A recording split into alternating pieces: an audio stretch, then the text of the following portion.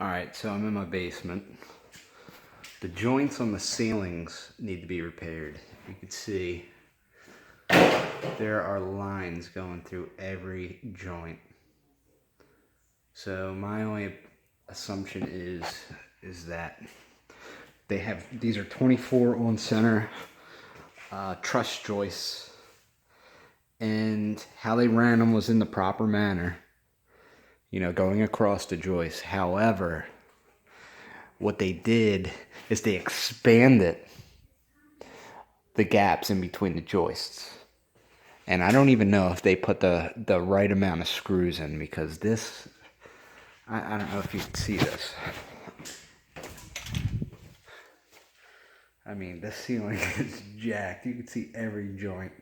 Not only did they put no compound whatsoever, which you can see right here, I'm in the process of skimming out. I'd say they put, they only got to the blocking, they taped and they blocked. Or they skimmed with a 6-inch knife. That's my only assumption. But if it were me, I would have ran the panels or the drywall with the joist, just so you would eliminate that spacing in between each joist. I mean, you think about it, all that weight it's getting distributed this way. If you would distribute the weight with the truss joist, you would only have 1, 2, 3 fastening points for said panel. However, we have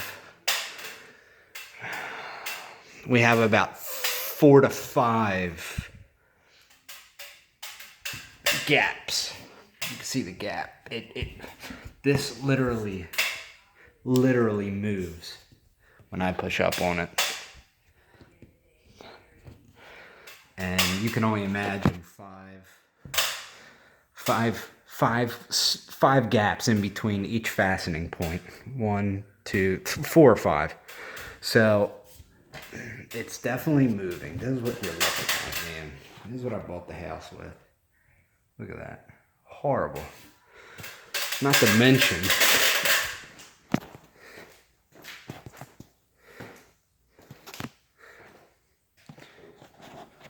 I mean, look at the joint for the wall. I don't know if you can see that. This is a joint. They ran their joints vertical. They didn't run them horizontal. So, when you pull your knife down, you do get lazy in between.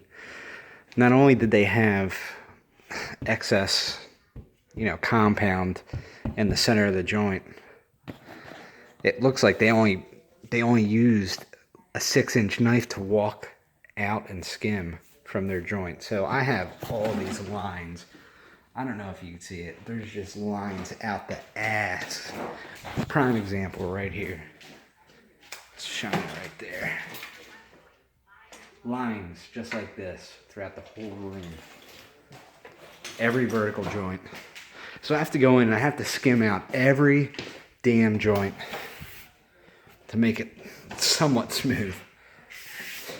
If they would have ran it horizontal, I don't even know if they even thought of running it horizontal, but they did it semi right up here. I wouldn't have ran it that way for the mere fact of what I just explained to you, how these gaps are causing issues. But I definitely recommend, if you're gonna be fastening rock to truss joists with the bottom of the joist is in a plate manner, so you got 3.5 inches to work with. You don't have 1.5 inches as a 2x8, 2x12 piece of lumber. It's actually a built-up truss joist, so you have more fastening room. I would get away with running your panels with the joists, especially on a 24 on center joist manner. So this is what I'm dealing with. I'll show you what it looks like when all said is done. All right.